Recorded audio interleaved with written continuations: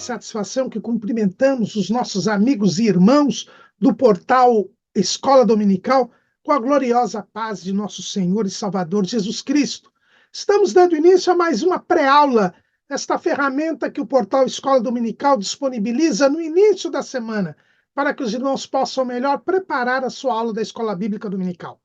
Leiam a revista das lições bíblicas, assistam a este vídeo, leiam o nosso texto de apoio, que é a base da nossa exposição. A nossa proposta aqui não é repetir o texto da revista, mas trazer subsídios complementares aos amados irmãos.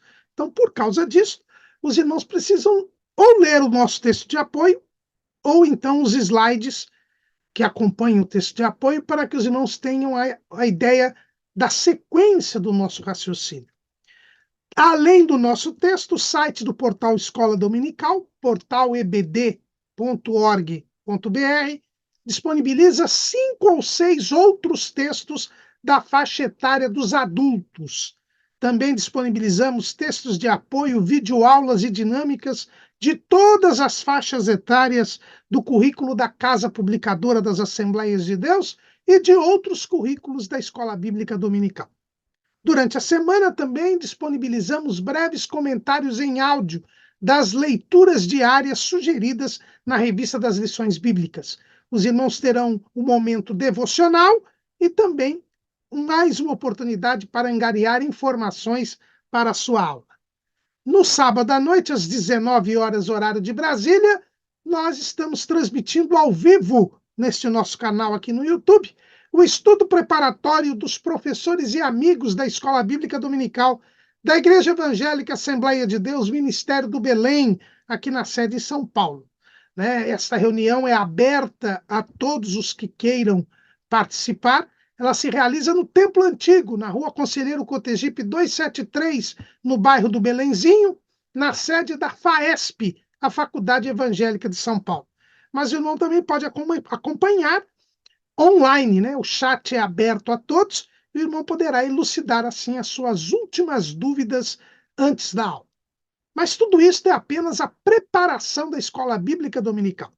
Ela somente se realiza quando o povo do Senhor, no dia do Senhor, vai à casa do Senhor para estudar a palavra do Senhor. Neste terceiro trimestre de 2024, nós estamos estudando o tema O Deus que governa o mundo e cuida da família. Os ensinos divinos nos livros de Ruth e Esther para a nossa geração. O nosso comentarista é o pastor Silas Queiroz, que é pastor nas Assembleias de Deus em Ji-Paraná, no estado de Rondônia. E hoje nós estamos iniciando o segundo bloco do trimestre. Os irmãos recordam que nós dissemos, e é a realidade, que nós estaremos estudando 2 livros da Bíblia. Acabamos de estudar o livro de Ruth, e agora nós vamos começar a estudar o livro de Esther. Então, o segundo bloco do trimestre é o estudo do livro de Esther. E hoje, nesta lição, a lição de número 6, nós vamos estudar o livro de Esther.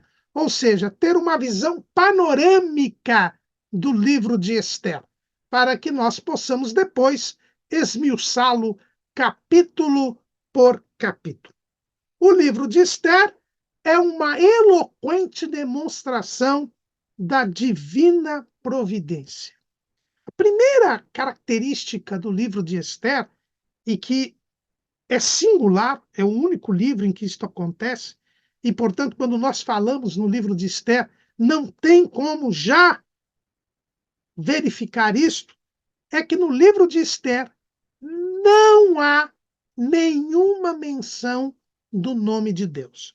Se vocês forem procurar no livro de Esther, em nenhum momento nós temos a palavra Deus, a palavra Jeová, a palavra Senhor.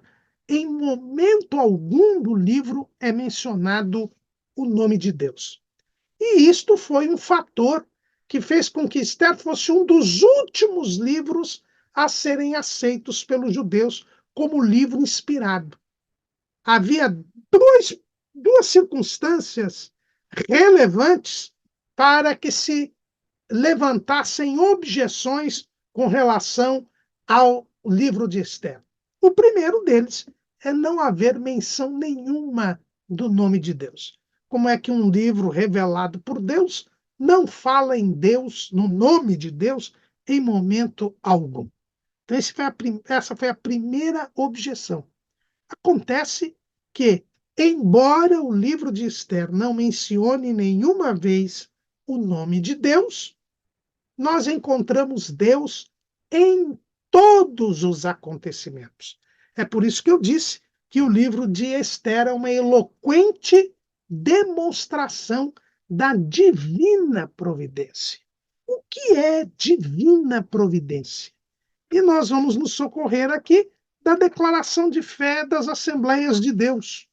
Lá no capítulo 2 da declaração de fé das Assembleias de Deus, que é o capítulo sobre Deus, no item 6, que fala sobre as obras de Deus, nós temos a definição do que é a divina providência, aqui chamada de providência divina, né? Mas vamos utilizar aí a expressão clássica da teologia.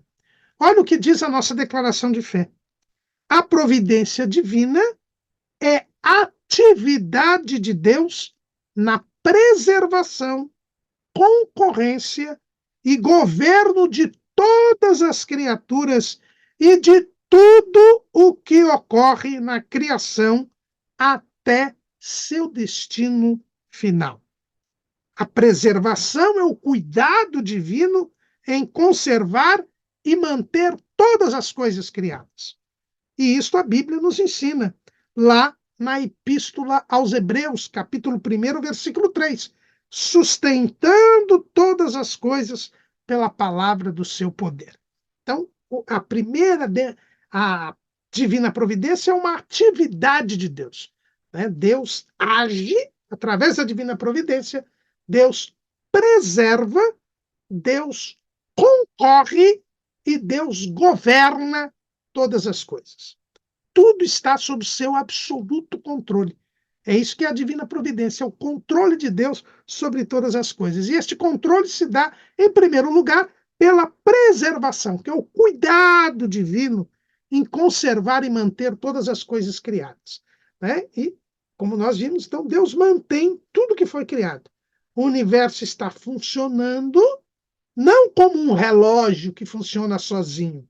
Não, ele está funcionando porque Deus o mantém funcionando. Deus criou e mantém toda a criação em funcionamento. Então, essa é a preservação, é o cuidado de Deus.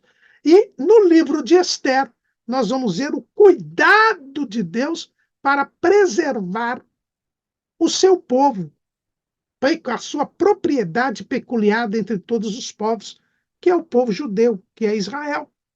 Nós vemos em todos os acontecimentos Deus cuidando para que os judeus não fossem destruídos. Então, aqui nós temos, embora o nome de Deus não seja mencionado no livro de Esther, nós vemos o cuidado de Deus em preservar a existência e a identidade do povo de Deus. E a nossa declaração de fé continua dizendo: isso inclui o homem na providência divina, bem como os demais seres viventes, sejam eles animados ou inanimados, e toda a natureza. Deus cuida de todos os viventes, desde a estrutura mais simples até a mais complexa. O mundo não subsistiria sem o cuidado e a vontade preservadora de Deus. É também neste sentido que opera a concorrência. O que é, então, a concorrência? E aí, a nossa declaração de fé cita o texto de Atos 17 e 25. Nem tampouco é servido por mãos de homens, como que necessitando de alguma coisa, pois ele mesmo é quem dá a todos a vida, a respiração e todas as coisas. Deus, ele concorre, ou seja, ele nem faz tudo sozinho, ele permite ao homem que tome as suas decisões, que tome as suas atitudes, mas ele tem o absoluto controle. Então, ele permite, ele dá um espaço de liberdade para o ser humano, mas os seus propósitos, os seus desígnios sempre são cumpridos. Como diz o livro de Jó, lá no capítulo 42, versículo 2, na versão Nova Almeida atualizada, que também é uma das versões oficiais das Assembleias de Deus, Jó, respondendo a Deus, depois de todo aquele questionário, ele disse assim: Bem sei que tudo podes, e nenhum dos teus planos pode ser frustrado. Então é aí que nós temos a concorrência. Deus tem os seus planos, mas não impede que eu e você tenhamos os nossos planos, os nossos projetos. Deus concorre, mas é Ele quem a todos dá a vida, a respiração e todas as coisas. Então Deus concorre, mas não se submete aos desígnios e aos desejos humanos. E quando esses desejos humanos contrariam os desígnios divinos, estes planos humanos são frustrados, porque nenhum plano de Deus pode ser frustrado. É o que a gente vê no livro de Esther. O plano de Amã para destruir Israel foi desfeito, e Deus usou o próprio Amã para desfazer este mesmo plano. Então, veja que quando Amã foi pedir para foi tentar a ordem real para enforcar Mardoqueu, usando as próprias palavras de Amã, o rei manda que Amã exaltasse Mardoqueu em vez de matá-lo. Aliás, ele nem soube, naquele momento, que Amã pretendia matar Mardoqueu. Depois, nós vemos que, quando Amã é desmascarado pela rainha Esther, o rei sai furioso e, quando volta, encontra Amã sobre o corpo da rainha, porque ele havia tropeçado. E aí ele já teve a interpretação de que Amã queria maltratar ou até mesmo abusar da rainha por causa daquele desmascaramento. E ele, então, imediatamente diz que deveria matar, deveria ser morto Amã. E num exato instante um funcionário chega e diz: olha, tem uma forca ali, que tinha sido a forca que o próprio Amã havia feito para enforcar o Mardoqueu. E foi naquela mesma forca que ele foi enforcado. E todos os seus filhos foram mortos. Por quê? Porque ele estava contra os planos de Deus. A concorrência. Deus, ele permite que nós tenhamos nossos planos, nossos projetos, mas os seus planos nunca são frustrados. E termina nossa declaração de fé dizendo: por seu turno, o governo divino não é um controle meticuloso ao ponto de excluir a liberdade humana. O seu reger por direito fixa limites a essa liberdade, porque nele vivemos e nos movemos e existimos. Né? Está lá em Atos 17 e 28. Então, é aquilo que eu disse. A concorrência permite que nós tenhamos uma liberdade, um espaço, mas isto jamais pode frustrar os planos divinos. Né? E o texto que a nossa declaração de fé traz para elucidar isso está lá. São dois textos, né? Jeremias 7 e 31. E edificaram os altos de Tofete, que está no vale dos filhos de Inom, para queimarem a seus filhos e as suas filhas, o que nunca ordenei, nem me subiu ao coração. Então Deus mostra, assim, que ele permitiu que os judaítas edificassem altares ao deus Moloque e sacrificassem seus filhos, algo que jamais foi querido e que contrariava a vontade de Deus. Mas como há concorrência, Deus permitiu que eles assim o fizessem, embora depois tivessem sido punidos por isso. E o outro texto se encontra lá em Jó 42:7. Nós lemos Jó 42:2 e aqui em Jó 42:7. Sucedeu, pois, que, acabando o Senhor de dizer a Jó aquelas palavras, o Senhor disse a Elifaz, o temanita: a minha ira se acendeu contra ti e contra os teus 2 amigos, porque não dissestes de mim o que era reto, como meu servo Jó. Então Deus permitiu que os amigos de Jó tecem uma visão distorcida de Deus e acusando a Jó. Deus não os impediu de fazer isso, mas depois avisou Elifaz que ele estava irritado, irado, né, contra eles, e eles se arrependeram. Por isso não foram punidos, porque eles se arrependeram, foram pedir perdão a Jó, e Jó fez o sacrifício a eles, e eles foram perdoados. Então, aqui é a providência divina. Então, no livro de Esther não tem o nome de Deus, mas nós vemos toda esta preservação, esta concorrência e este governo de Deus sobre todas as coisas.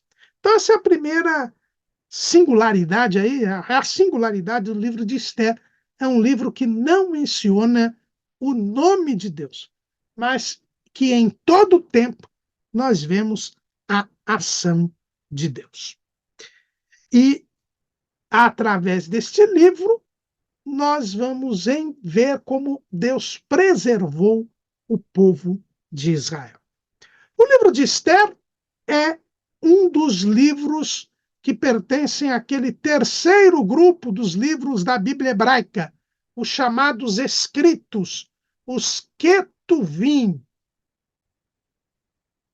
Como os irmãos sabem, né, a Bíblia hebraica, eu estou aqui com essa edição da editora Sefer, da Bíblia hebraica, é o nosso Antigo Testamento, ela é chamada de Lei, Profetas e Escritos.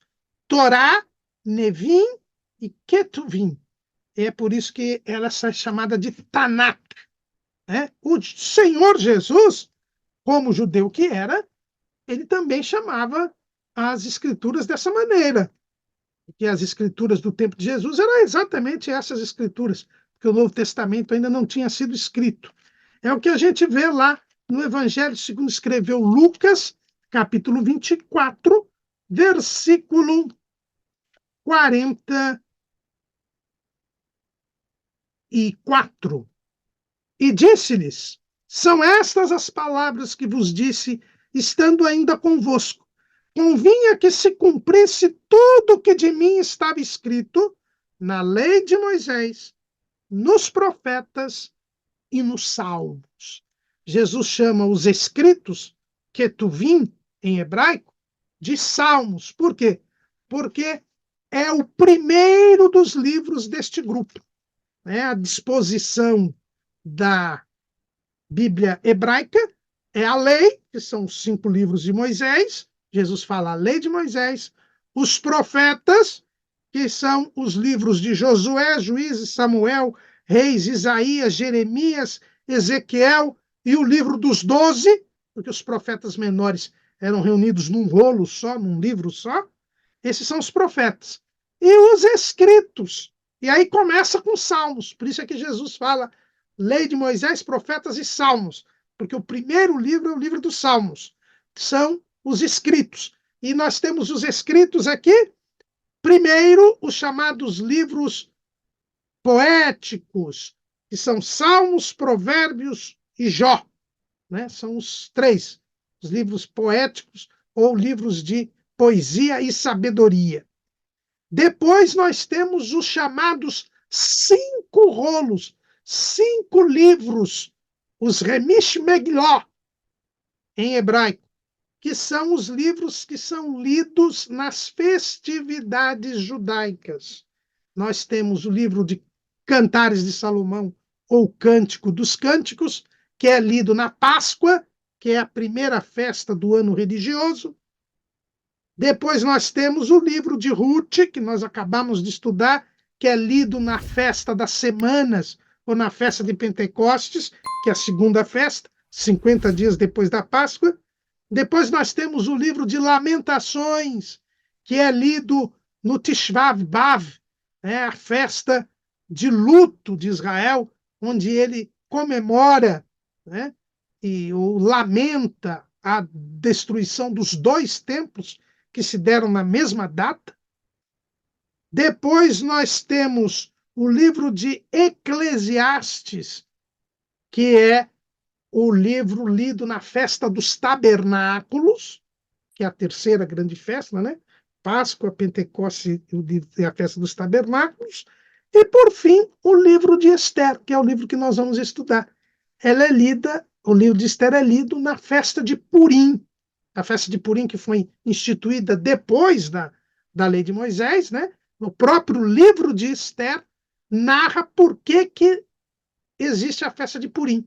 A festa de Purim é a celebração do livramento que Deus deu por intermédio de Esther para o povo judeu. Então, por isso que ela está aí nesse segundo, o livro de Esther está no segundo subgrupo dos escritos. O primeiro são os livros de poesia e sabedoria, depois vem os 5 rolos, e para terminar, nós temos os 3 livros chamados os livros finais. É o livro de Daniel, o livro de Esdras e Neemias, que é um livro só entre eles, e o livro de Crônicas. Então, aqui nós temos essa disposição, e Esther, então, faz parte dos escritos, dos Ketuvim, e desse grupo dos 5 rolos, sendo o último dos 5 rolos. Por quê? Porque os rolos são colocados na ordem das festividades. Começa com o Cântico dos Cânticos, porque a primeira festa é a Páscoa, e a última festa é a festa de Purim. A festa de Purim se dá no último mês, no 12º mês, o mês de Adar. Né? Então, por isso é que Ruth ocupa esta posição. Na disposição da Tanakh, da Bíblia hebraica, Esther, ela é o 10º, ela é o... Estou ruim de matemática aqui, né? Ela é o 21º livro, né? Porque são 24 os livros na Bíblia hebraica, né? E que corresponde aos nossos 39 livros no nosso Antigo Testamento. O conteúdo é o mesmo, só a divisão que é diferente, e Esther ocupa, então, a 21ª posição. Para aqueles, como o historiador judeu Flávio José, que achavam que as escrituras tinham que ter 22 livros, cada um para corresponder a uma letra do alfabeto hebraico. O alfabeto hebraico tem 22 letras. Então, para estes estudiosos, esses doutores da lei, eles juntaram o livro de Josué com o de Juízes e o de Samuel com Reis. E aí, então, em vez de 24, nós temos 22 livros. Aí, nessa disposição, Esther ocuparia a 19ª posição. E olha que interessante. A 19ª letra do alfabeto hebraico é a letra, e a gente, quando você quer saber o alfabeto hebraico, vai no Salmo 119. Né? Aqueles nomes que aparecem ali no Salmo 119, a cada 8 versículos, não é o nome do autor, não. Eu já vi alguém falando assim, o Salmo de Lâmede. Não, Lâmede é uma letra do alfabeto, porque no Salmo 119 nós temos cada 8 versículos começando com a mesma letra do alfabeto hebraico. E quando você vai ver qual é a 19ª letra do alfabeto hebraico, nós vamos encontrar a letra Kof, que corresponde ao nosso quê, né? E a letra Kof, ela tem o significado de buraco da agulha, ela tem o significado de clamor, e é o que a gente vê no livro de Esther. O livro de Esther, ele nos fala do clamor do povo judeu diante do decreto da destruição, que orou e jejuou a Deus, e como Deus, ouvindo o clamor do povo e de Esther, foi benfazejo e livrou o povo. É interessante, né? Vemos que há uma certa correspondência mesmo entre a ordem dos livros e as letras do alfabeto hebraico. Na disposição da Septuaginta, quer dizer, aquela Septuaginta, que é a tradução das escrituras hebraicas para o grego. Aí, quando a Bíblia foi traduzida para o grego, os gregos, que são mais racionalistas, eles colocaram os livros por ordem de assunto. E é por isso que começa com a lei de Moisés, mas depois nós vamos para os livros históricos, né? Moisés conta como se formou o povo de Israel e como se ele se livrou. Aí, então, os gregos dizem, bom, depois de ter sido estudada a formação de Israel, vamos colocar a história de Israel.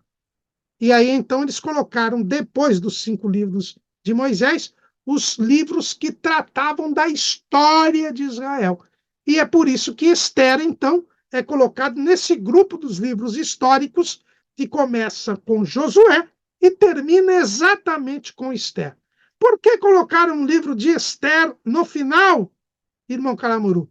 Porque eles entenderam que os últimos fatos que teriam acontecido eram os fatos do livro de Esther. Nós vamos ver que não é bem assim. Na verdade, os fatos do livro de Esther, eles ocorreram entre o capítulo 6 e o capítulo 7 do livro de Esdras. Mas, como o livro fala da Pérsia, do domínio persa, então eles colocaram, e como o livro de Esdras, ele começa falando do tempo do fim do cativeiro da Babilônia, né, no reinado de Ciro, e como o reinado de Assuero, que nós vamos ver que é o rei Xerxes, é um rei posterior, então eles colocaram então o livro de Esther como sendo o último dos livros históricos.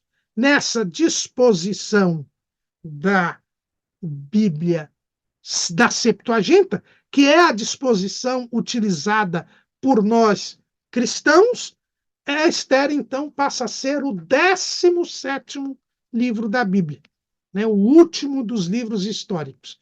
E aí a letra correspondente seria a letra P, né? Que corresponde ao nosso P, né? E P é o significado de boca. É interessante. Também, se a gente corresponder o livro de Esther à letra P, nós vamos encontrar que a fala de boca. P em hebraico quer dizer boca. Então, também como o povo clamou, como o povo pediu a Deus o livramento, e Deus ouviu, né? Então, tanto numa disposição quanto noutra, nós vemos como há uma correspondência da mensagem de Esther com a letra do alfabeto hebraico. Outra dificuldade, além da falta da menção do nome de Deus, para que os judeus aceitassem o livro de Esther, era a dificuldade em identificar a época e o rei persa do livro de Esther. Isso porque o livro de Esther chama o rei de Assuero. Veja lá no capítulo 1 do livro de Esther. E sucedeu nos dias de Assuero, Assuero é um título, assim como Faraó. Vocês encontram várias vezes a Bíblia falando de Faraó. E nós sabemos que Faraó era o título do rei do Egito, não é o nome de um rei. Aliás, em Reis e em Crônicas, se chega a falar até do nome de um faraó. É o faraó Ofra, que inclusive, aliás, dois faraós são mencionados, Ofra e Neco. Faraó Neco, que inclusive matou o rei Josias. Então, nós temos aí dois faraós cujos nomes são ditos, mas os outros faraós, os nomes não são ditos. Por exemplo, o faraó da época das pragas do Egito, da libertação do Egito, a Bíblia não diz o nome dele. O faraó que colocou José como governador do Egito, a Bíblia não diz o nome dele. Mas nós sabemos que o faraó que colocou José como governador do Egito não é o mesmo faraó da libertação do povo. Também não é o mesmo faraó que era sogro do rei Salomão. Então a gente fica sem saber quem é. Inclusive, há muita discussão sobre a identidade de alguns desses faraós. Assim, a mesma coisa acontece no livro de Esther. Quando fala Assuero, está dizendo o título do rei da Pérsia. Então não se sabe bem quem seria este rei. O texto não identifica. Veja que logo em seguida, né, logo no começo desse capítulo 1 de Esther, é dito: e sucedeu nos dias de Assuero. Este é aquele Assuero, quer dizer, aquele rei da Pérsia, que reinou desde a Índia até a Etiópia sobre 127 províncias. Então, existe então essa dificuldade. E para aquelas, principalmente por parte daquelas pessoas que querem sempre arrumar um defeito na Bíblia, que querem sempre arrumar uma falha na Bíblia para contrariar a Bíblia. E por causa disto, muitos estudiosos, entre aspas, disseram: o livro de Esther é apenas uma lenda, é um livro fictício, os fatos nunca ocorreram. Vocês vão encontrar muitos teólogos dizendo isto, dizendo que é apenas um romance, né? Uma história da carochinha. Mas isto não é verdade. Em primeiro lugar, porque, embora não tenha sido dado o nome do rei, e nós já vimos que também vários outros reis, principalmente os do Egito, os nomes não são mencionados na Bíblia, portanto, é uma prática usual. Nós também vamos ter aqui uma informação importante. Este Assuero reinou desde a Índia até a Etiópia, sob 127 províncias. Então, esta informação nos mostra que esses fatos ocorreram durante o apogeu do Império Persa. E o Império Persa ele atingiu o seu apogeu a partir do reinado de Dario I, rei que é mencionado na Bíblia. Dario foi o rei que autorizou, chancelou o reinício das obras do Templo de Jerusalém, que tinham sido embargados anteriormente por um outro rei persa. E aqui eu já aproveito para que os irmãos não confundam este Assuero, que é o Assuero do livro de Esther, com o Assuero que é mencionado lá em Esdras, capítulo 4, versículo 6. O texto diz assim: e sob o reinado de Assuero, no princípio do seu reinado, escreveram uma acusação contra os habitantes de Judá e de Jerusalém. Então, este Assuero aqui, ele é, na verdade, um rei que reinou antes de Dario. O Império Persa ainda não estava no seu apogeu. E os historiadores identificam este rei aqui como sendo Cambises II. Ele embargou a obra. Mas o povo de Israel, o povo de Judá, o povo judeu, animado pelos profetas Ageu e Zacarias, reiniciaram a obra. E os inimigos, então, foram falar com o rei. Aí já era outro rei, o rei Dario. É o que nós vamos encontrar lá no capítulo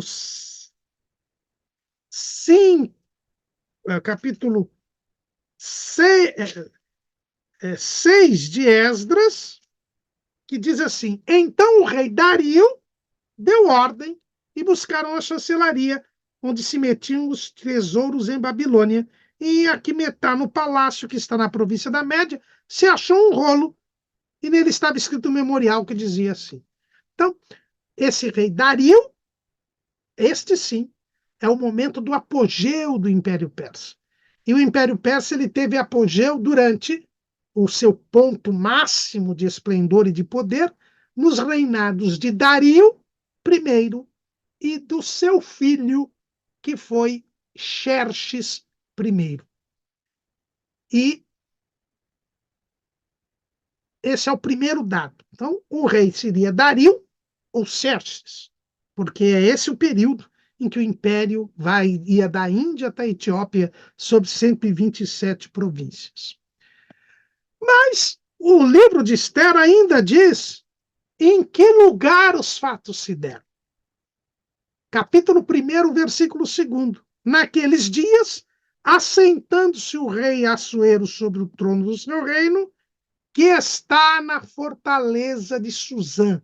Suzã, que tinha sido a capital de Elam, que tem um dos países que foram dominados pelos persas, se transformou numa das capitais do reino.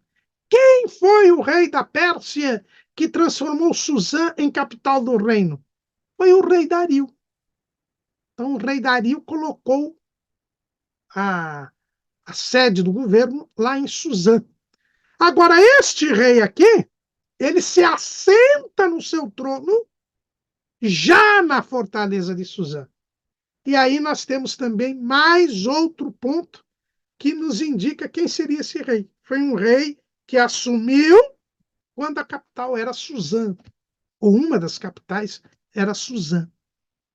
Então, um rei que assumiu depois de Dario. Então a gente já descobre que o rei era Dario ou Xerxes, e que foi Dario quem instalou uma das capitais em Suzã. Ora, se foi Dario que instalou uma das capitais em Suzã, então não foi ele o rei, até porque ele é mencionado por nome em outro livro da Bíblia. Então, tudo nos mostra que o rei persa é Xerxes. Xerxes, inclusive na nova versão internacional, em vez de Assuero, está escrito Xerxes. Né? Vamos pegar aqui a nova versão internacional, vamos abrir aqui no livro de Esther e veja o que está escrito. Foi no tempo de Xerxes que reinou sobre 120 províncias, desde a Índia até a Etiópia. E há uma notinha dizendo que no original hebraico está escrito Assuero. Então, os irmãos percebem aqui que o rei é Xerxes. Então, toda essa discussão dizendo que o livro não pode ser digno de crédito porque não se identifica quem é o rei, se esboroa nos 2 primeiros versículos. É só a gente ler os versículos, consultar a história, e nós vemos que os fatos se deram durante o reinado de Xerxes. E é interessante, por que o Império Persa para o seu apogeu no reinado de Xerxes? Porque Xerxes foi tentar invadir a Grécia para ampliar o Império Persa. E ele é fragorosamente derrotado. Então aí, com Xerxes, o Império Persa deixa de aumentar, deixa de crescer, e como toda civilização humana, ele começa a definhar. É bom a gente lembrar que Deus já havia revelado isso ao profeta Daniel. O profeta Daniel teve aquela revelação do sonho que teve o rei Nabucodonosor, que era o rei da Babilônia, daquela estátua que tinha cabeça de ouro e que tinha o tronco de prata, o peito de prata, e depois tinha o ventre de bronze e as pernas de ferro e barro. é a sequência dos impérios que iriam dominar o povo de Israel até o Messias, porque neste sonho que Nabucodonosor teve, uma pedra era tirada sem mão e esta pedra esmiuçava aquela estátua. Então, essa estátua simboliza o sistema gentílico de poder, que é um sistema rebelde contra Deus, que se estabeleceu lá na Torre de Babel, esta rebeldia. O governo humano ele foi estabelecido depois do dilúvio. Nimrod, bisneto de Noé, que reinava sobre toda aquela comunidade única, a nação única, se rebela contra Deus, e a Torre de Babel é a demonstração desta rebelião. E então Deus confunde as línguas e as nações se separam, mas no final dos tempos, depois da perda da independência política dos judeus por causa da sua apostasia, Deus então revela a Daniel a sequência dos impérios mundiais. O primeiro império seria o Império Babilônico, o segundo é exatamente o Império Persa, que do terceiro seria o Império Grego, com Alexandre, que é Alexandre quem vai pôr fim ao Império Persa. E depois nós vamos ter o Império Romano, o Império Romano que hoje será restaurado e que hoje nós temos aí as potências mundiais, a boa parte delas oriunda do Império Romano. Então aqui nós temos a sequência dos impérios a mostrar que Deus está no absoluto controle de todas as coisas. Então dá para identificar claramente quem é o rei e o tempo em que isto ocorreu. Então, essa outra objeção ao livro de Esther não tem um menor fundamento. Mas tem um outro ponto. Irmãos, os judeus celebram a festa de Purim até hoje. A festa de Purim não está na lei. E os irmãos se recordam, por exemplo, dos saduceus. Os saduceus, que existiam no tempo de Jesus, eles só aceitavam como texto inspirado o Pentateuco, os 5 livros de Moisés. Os demais livros eles respeitavam, mas não consideravam inspirados. Mas os saduceus também celebravam a festa de Purim. Ou seja, por que todos os judeus celebram a festa de Purim? Como você explicar que uma lenda, um romance, leve um povo a, durante milhares de anos, comemorar o livramento? É porque os fatos realmente ocorreram. Os judeus em todo o mundo, do Império Persa, que era praticamente, que dominava ali o Oriente todo, da Índia até a Etiópia. Os judeus sentiram na pele o horror do perigo da destruição. O decreto de destruição foi lido em todas as partes do império. Eles começaram a clamar, orar e jejuar. Deus deu livramento através da rainha Esther. Saiu um outro decreto que inverteu a situação, sem revogar o outro, porque na lei dos medos e persas não se podia revogar uma ordem, um decreto real. E o povo, então, se vingou dos seus inimigos, e ao invés de serem destruídos, eles que destruíram os seus inimigos. E, ao verem a mão de Deus nesse aspecto, acabou Mardoqueu instituindo a festa de Purim, e eles celebram até hoje. Por quê? Porque de geração em geração houve aqueles que passaram os fatos e que transmitiram às gerações seguintes, e elas transmitiram. Por quê? Porque realmente aconteceu. Se fosse uma história de carochinha, isso iria se perder, mas não se perdeu. Então, como todo o povo judeu, com todas as suas diferenças de segmentos, de seitas, enfim, aceita a festa de Purim, celebra a festa de Purim, nós temos mais um elemento para dizer que o livro de Esther é um livro autêntico que fala de fatos realmente acontecidos. O livro de Esther, ele tem 10 capítulos, 167 versículos. O estudioso da Bíblia, Finis James Dake, diz que o livro tem 11 ordens, 21 perguntas, tem uma profecia. Essa profecia está em Esther 6 e 13. E contou a Amã, a Zer e sua mulher e a todos seus amigos tudo quanto lhe tinha sucedido. Então os seus sábios e Zer e sua mulher lhe disseram: se Mardoqueu, diante de quem já começaste a cair, é da semente dos judeus, não prevalecerás contra ele. Antes, certamente, cairás perante ele.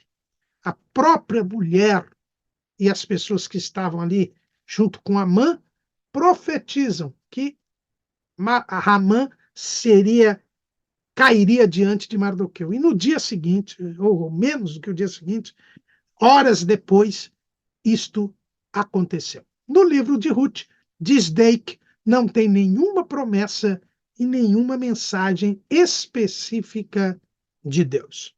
Normalmente, os estudiosos da Bíblia costumam dividir o livro de Esther em 4 partes.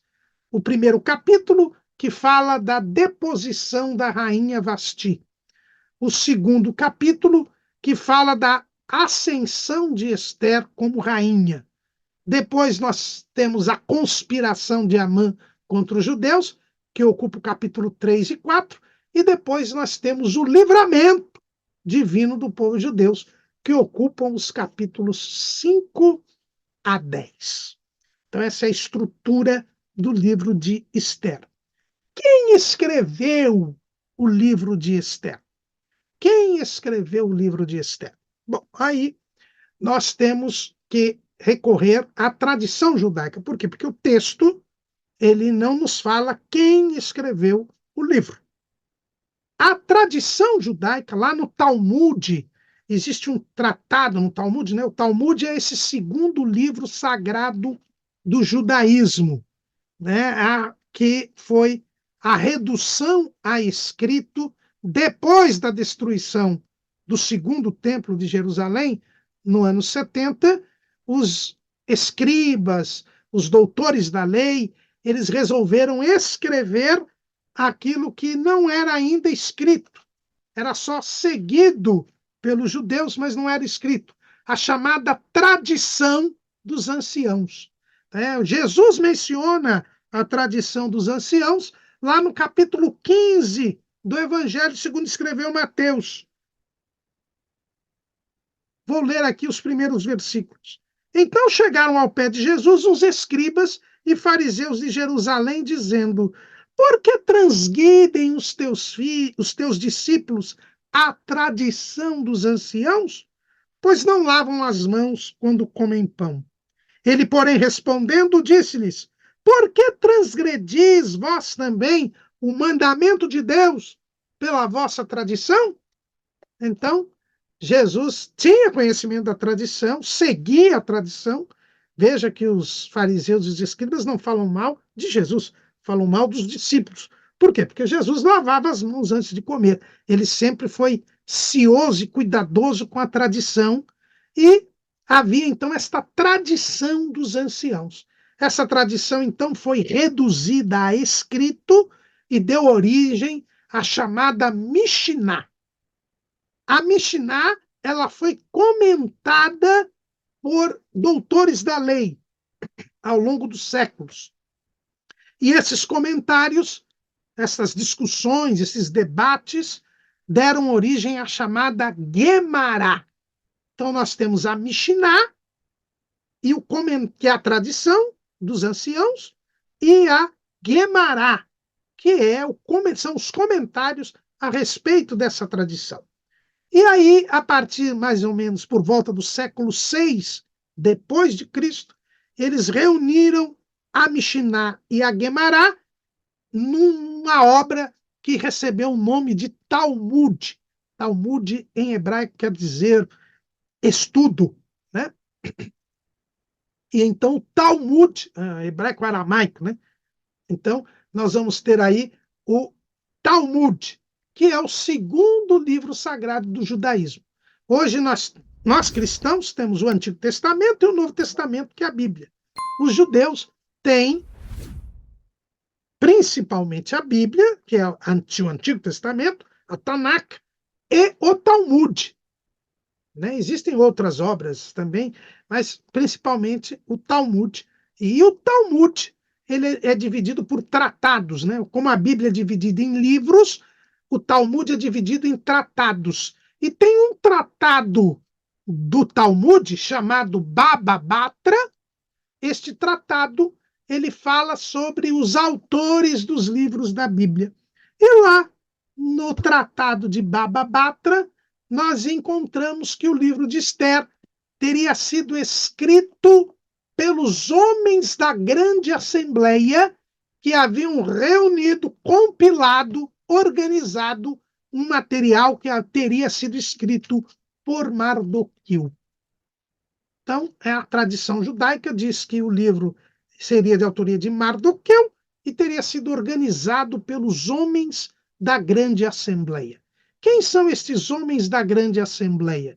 Estes homens da grande assembleia teriam sido ensinadores da lei, que teriam feito um curso com Esdras e com Neemias.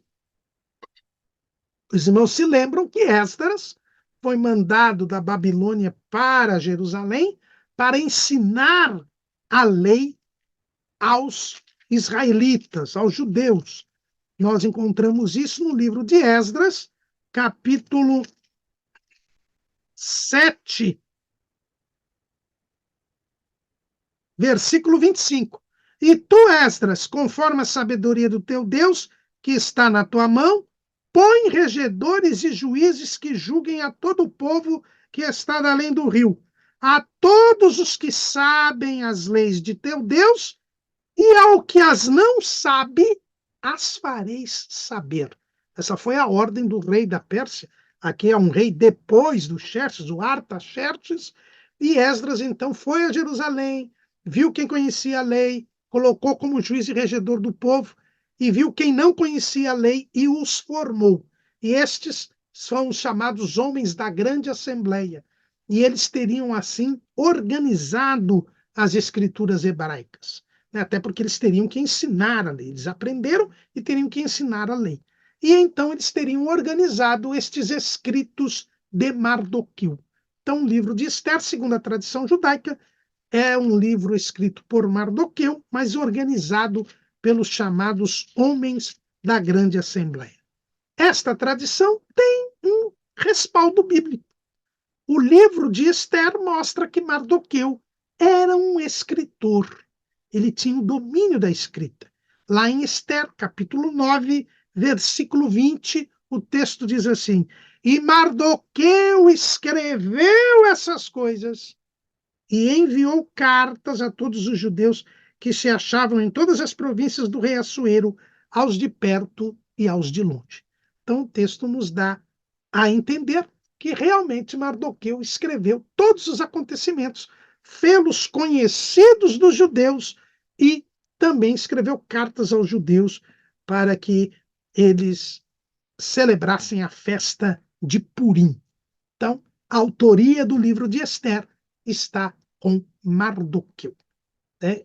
Tendo o seu serviço, o seu trabalho sido compilado pelos homens da grande assembleia. Então, vimos a autoria do livro de Esther, o tempo do livro de Esther, a estrutura do livro de Esther. Para nós terminarmos esta lição, tendo uma visão do livro de Esther, nós devemos lembrar que na Bíblia Católica, a Bíblia Católica, ela possui uns livros que foram incluídos no Concílio de Trento, que foi o concílio convocado para combater a reforma protestante. Então, no Concílio de Trento, só no século XVI, é que estes livros vão ser considerados inspirados. Veja bem, esses livros já estavam na Septuaginta, já eram lidos pelos judeus, eles já eram lidos pelos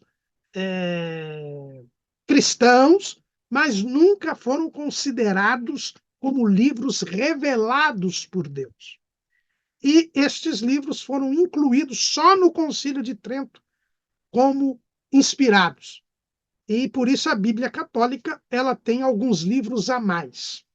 Mas além de livros a mais, como o livro de Judite, o livro de Tobias, primeiro e segundo Macabeus, Baruque, Sabedoria de Salomão, Eclesiástico de Ben-Sira, e além desses livros, nós temos dois livros que nós também temos, mas que foram incluídos acréscimos. No livro de Daniel foi incluídos alguns acréscimos, e também no livro de Esther. Então, se você for à Bíblia católica, você vai ver que o livro de Esther lá é diferente do nosso livro de Esther. Por quê? Porque foram acrescentados textos no livro de Esther. São 107 versículos que foram acrescentados. Este acréscimo se deu na Septuaginta. E é interessante, quando a Bíblia foi traduzida do hebraico para o latim, que era a língua dos romanos, quem fez esta tradução foi Jerônimo, que era um monge, né, que morava ali na terra de Israel, e ele traduziu as escrituras do hebraico para o latim. E ele conferiu a tradução tanto do texto judeu quanto do texto da Septuaginta, do texto grego. E a sua tradução é conhecida como a Vulgata Latina. Nas versões mais antigas da Bíblia, de Bíblia Católica, e aqui eu estou com a versão Matos, do padre Matos Soares, a tradução do padre Matos Soares, vocês vão encontrar estes acréscimos do livro de Esther depois de Esther 10 e 3, que é o último versículo do texto inspirado de Esther.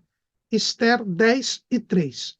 A partir de 10 e 3, nós temos aqui, eu estou lendo aqui, vou ler da própria Bíblia, versão do padre Matos Soares. Ele coloca o título Apêndices deuterocanônicos. Quer dizer, são acréscimos que foram instituídos no segundo cânon, que foi este cânon aprovado no Concílio de Trento. E é interessante que ele traz, né, essas versões mais antigas, elas procuram ser mais cuidadosas, ele traz o comentário que Jerônimo fez quando traduziu esses textos para o latim. Olha o comentário de Jerônimo.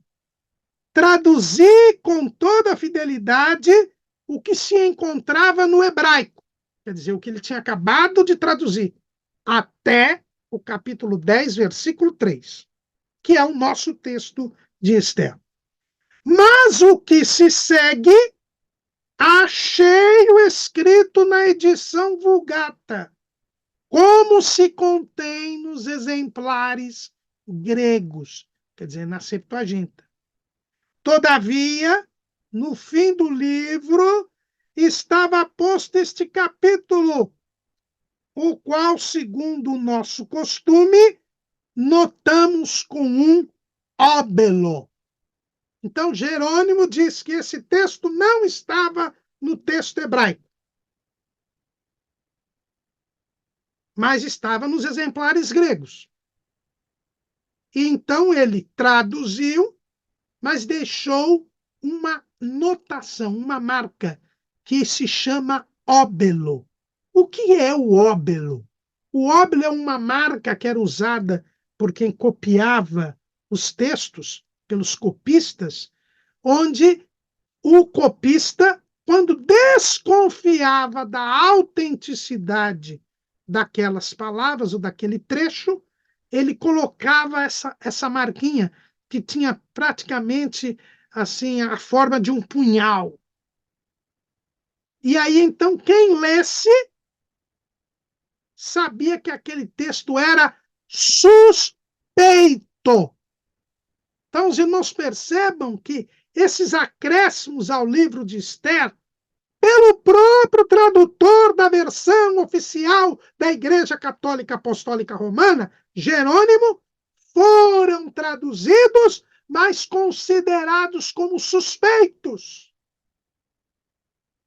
Então, o próprio Jerônimo coloca em dúvida a autenticidade. E veja que, para a Igreja Católica, Jerônimo é um santo. É o São Jerônimo. É alguém que já está no céu. Então, ele não ia errar. Ele não ia errar. Se ele colocou o texto como suspeito, é porque ele não garantia que esse texto realmente pertencia ao livro de Esther. Só isso, irmãos, é suficiente para a gente não aceitar esses acréscimos. Só o próprio tradutor diz isso. Mas tem mais. Os judeus nunca aceitaram estes acréscimos. E alguém pode dizer, mas o que a gente tem a ver com os judeus? Tem muito a ver com os judeus. Porque o Antigo Testamento foi revelado por Deus aos judeus. O que se diz lá em Hebreus, capítulo 1, versículo 1? Havendo Deus, antigamente, falado muitas vezes e de muitas maneiras aos pais pelos profetas. A nós falou-nos nestes últimos dias pelo Filho. Então, até Jesus, Deus falou aos pais pelos profetas. Então, o que Deus revelou antes de Jesus, revelou aos judeus, aos pais, são os judeus, os israelitas. Então, se os israelitas não aceitam estes acréscimos, e foi a eles que foi revelado, e era a eles que Deus falava, não tem por que nós discordarmos deles.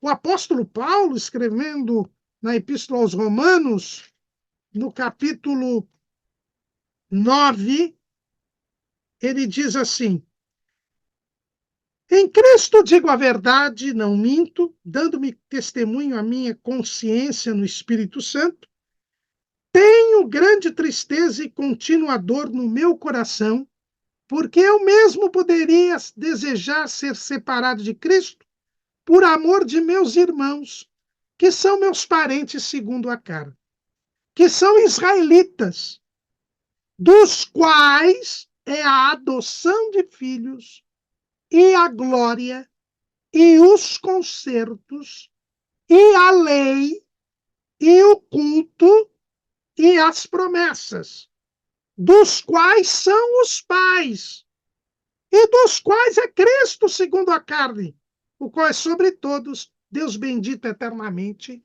Amém. Então, Paulo, claramente aqui, diz que a lei, as promessas, os concertos, a adoção de filhos, a glória, foram dados aos pais, ao Israel. E o próprio Jesus era israelita.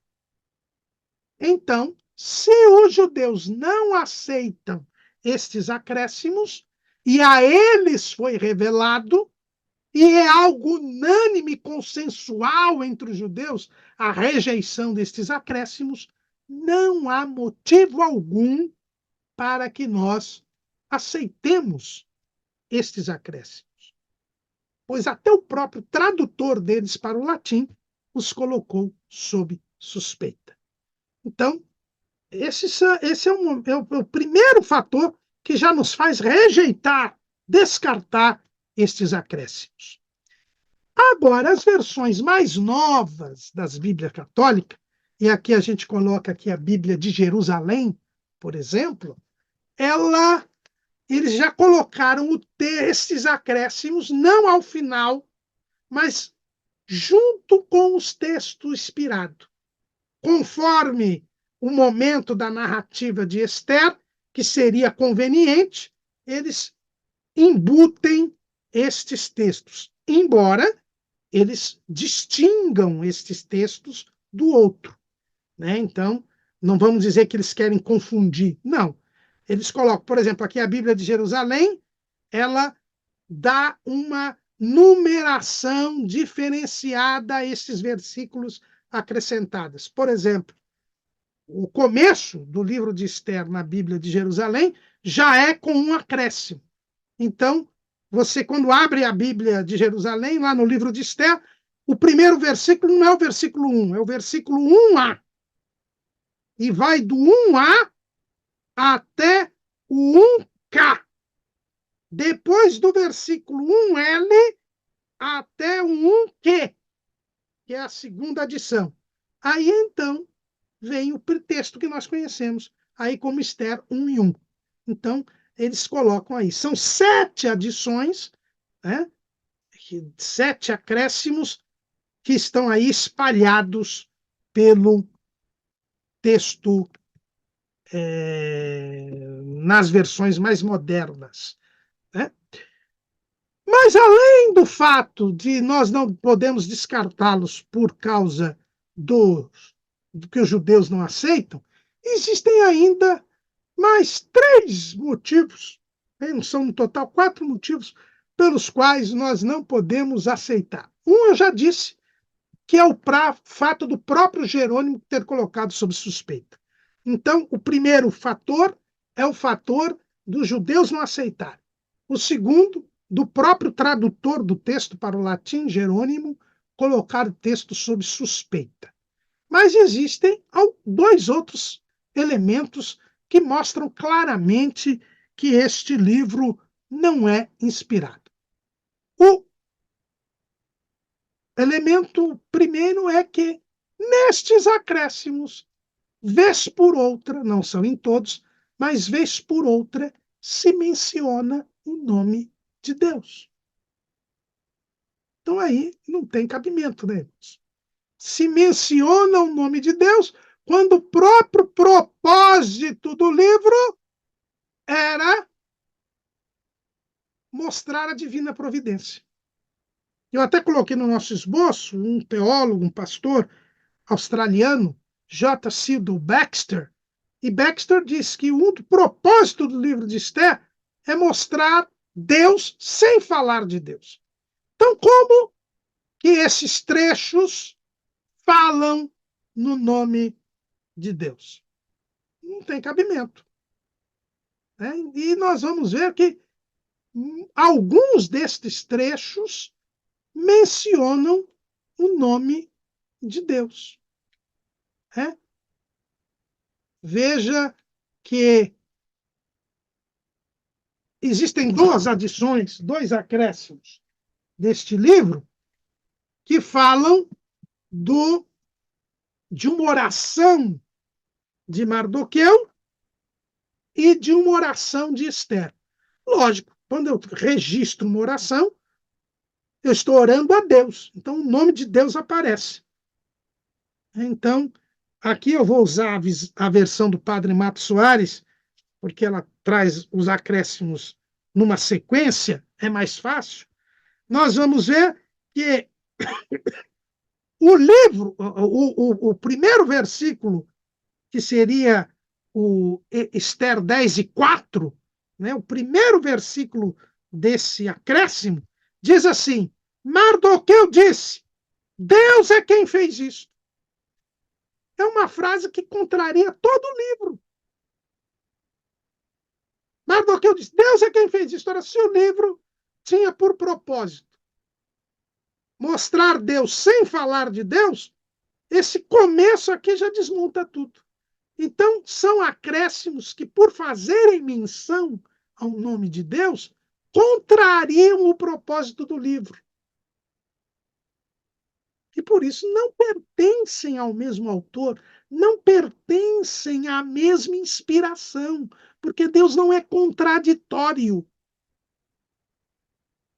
Então, estes acréscimos, por fazerem menção ao nome de Deus, veja que o primeiro acréscimo aí é um sonho que Mardoqueu teria tido. Inclusive, na versão da Bíblia de Jerusalém, começa o livro de Esther com a descrição deste sonho. O que também seria inusitado, né? Porque nenhum livro da Bíblia começa com um sonho. E o que discrepa também da própria lógica bíblica, este acréscimo. Mas não é mais, não é só isso. Então, nós temos outros acréscimos, que é a oração de Mardoqueu, a oração de Esther. Né? Também há a menção do nome de Deus numa carta que o rei teria escrito em favor dos judeus, e ele também menciona a Deus, e menciona a Deus sendo um rei persa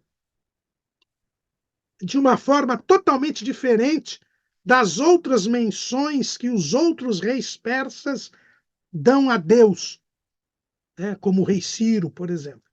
Então, isso mostra que há um destoar, há uma discrepância entre estes acréscimos e o próprio restante da Bíblia Sagrada. Mas, além disso, existem alguns acréscimos que contrariam o texto. Há uma contradição entre esses acréscimos e o texto inspirado de Esther. A maior das contradições, nós podemos dizer, é o capítulo 12 de Esther, aqui na sequência da versão do padre Mato Soares, e que na sequência lá da Bíblia de Jerusalém ocupa o capítulo 1 de Esther, os versículos 1L até 1Q, que fala da conspiração de Bagatã e Tares contra o rei Assuero. Olha, o texto inspirado de Esther fala de uma conspiração entre Bagatã e Tares, que ocorreu quando Esther já era rainha e que Mardoqueu descobriu, avisou Esther, Esther avisou o rei Assuero, o rei Assuero foi investigar, viu que era verdade e matou tanto Bagatã quanto o Tares. E isso ficou registrado nas crônicas. E ele não recompensou Mardoqueu por isso, e naquela noite que ele ficou sem sono, ele mandou que se lesse as crônicas e se leu exatamente esse fato. E ele perguntou o que eu fiz por este homem, e disseram, o senhor não fez nada. Então ele resolveu honrar Mardoqueu, e quando ele, de manhã, já começa o expediente, lá já estava o Amã, querendo autorização para matar Mardoqueu. E aí o rei o chama e diz assim, o que se fará ao homem de que o rei se agrada? E aí o Amã, pensando que era ele, disse, olha, põe a roupa do rei, põe a coroa do rei, pega o cavalo do rei e manda por toda a cidade ele desfilar e se diga todo momento, é assim que o rei faz ao homem de que ele se agrada. E ele pensando que ia colocar a coroa do rei, a roupa do rei, na verdade, o rei então disse, então, tudo que você disse faz com Mardoqueu. Então, essa conspiração que Mardoqueu descobriu já fazia parte da divina providência para dar uma ocasião para que Amã fosse humilhado diante de Mardoqueu e para que o rei tivesse agrado e afeição a Mardoqueu. Pois bem, um desses acréscimos fala que antes de Esther ser rainha, Mardoqueu tinha descoberto uma conspiração dos mesmos Bagatã e Tares. Teria dito ao rei o rei teria feito justiçamento, né, lançado, feito torturas, e eles teriam confessado, e o rei teria dado presentes a Mardoqueu. Aqui tem um problema muito sério, irmãos. Como é que duas pessoas que queriam matar o rei, e se descobre isso, depois voltam a auxiliar o rei? Porque aí teve a outra conspiração, quando Esther já era rainha. Como é que alguém, num tempo como era o Império Persa, onde vários reis foram assassinados, como é que se descobre que eles eram traidores e eles voltam a exercer os mesmos postos? Então há uma contradição. Não pode haver duas conspirações de Bagatã e de Tales. Então se percebe que este acréscimo não tem o menor fundamento, porque duas conspirações é impossível de ter. E não se pode dizer que é a mesma conspiração, porque numa Mardoqueu foi gratificado, ele falou diretamente com o rei, na outra ele falou com Esther, e Esther avisou o rei descobriu e não gratificou Mardoqueu. Então é um texto que contradiz o outro, e nós sabemos que na Bíblia não há contradição. Então, estes elementos, irmãos, são suficientes para que nós rejeitemos estes acréscimos de Esther, que não têm procedência inspirada. São textos que foram feitos, forjados, enfim, e que não são inspirados. Isso que é importante. Eu não estou dizendo nem que é falso.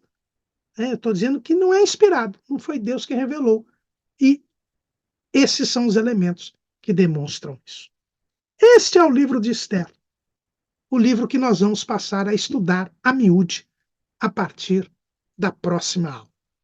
No livro de Esther, nós podemos repetir a frase daquele famoso cântico: quando Deus está em silêncio, é porque Ele está trabalhando. Amém.